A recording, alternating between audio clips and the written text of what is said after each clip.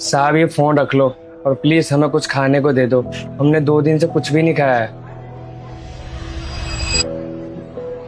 अरे और कुछ भी लाऊं क्या खाने के लिए? नहीं भैया, इतना बहुत है। वैसे भैया, हमने और दुकानों पे भी ट्राई करा था, फोन देकर खाना मांगा था, पर सबने मना कर दिया। किसी ने हमारी मदद नहीं करी और आपने तो हमसे फोन भी नहीं लिया और हमें खाना भी दे दिया। आप बहुत अच्छे हो, थैंक यू। अरे नहीं नहीं, थैंक यू मत बोलो। हमारे रेस्टोरेंट का एक असूल है कि हमारे रेस्टोरेंट से कोई भूखा नहीं जाना चाहिए। वैसे तुम दिखने में भी अच्छे खासे परिवार से लग रहे हो और फोन भी काफी महंगा था जो खाने के लिए बेच रहे थे, फिर ऐसी क्या प्रॉब्लम पड़ गई? वो हमारे पीछे पुलिस पड़ी हुई है। पुलिस क्यों? वो भैया, हम दोनों घर से भागे हुए हैं। आपको ये मेरे हस्बैंड लग रहे होंगे ना? हाँ। ये मेरे ड्राइवर है।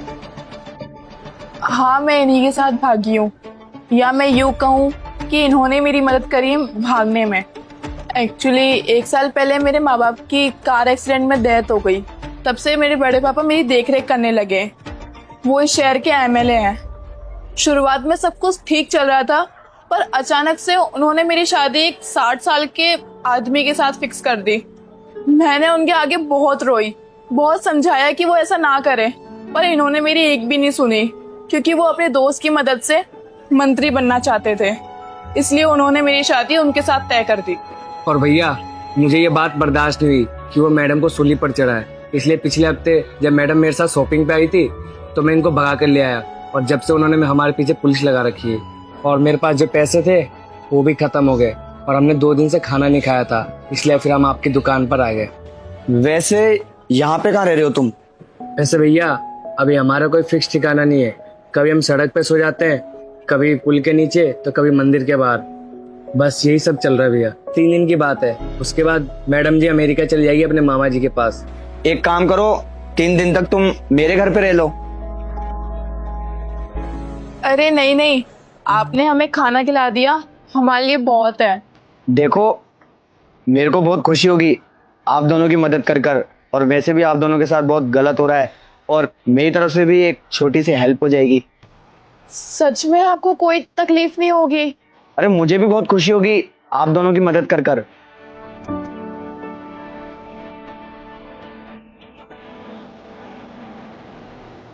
ठीक है। हाँ ठीक है, आप दोनों खाना खा लीजिए, फिर चलते हैं मेरे घर।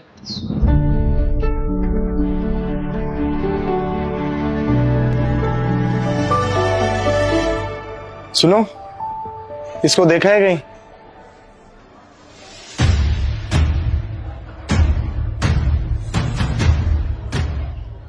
नहीं सर, मैंने नहीं देखा। बहुत बड़ी चोर है ये। लोगों को झूठी कहानियां सुनाती है और उनके घर में घुस के लूट लेती है। और इसका साथी भी है कोई।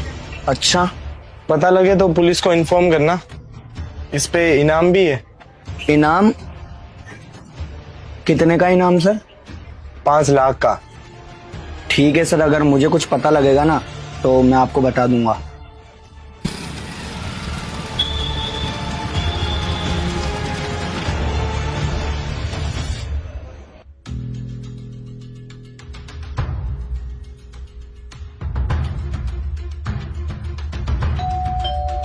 लगता है भैया आज जल्दी आ गए।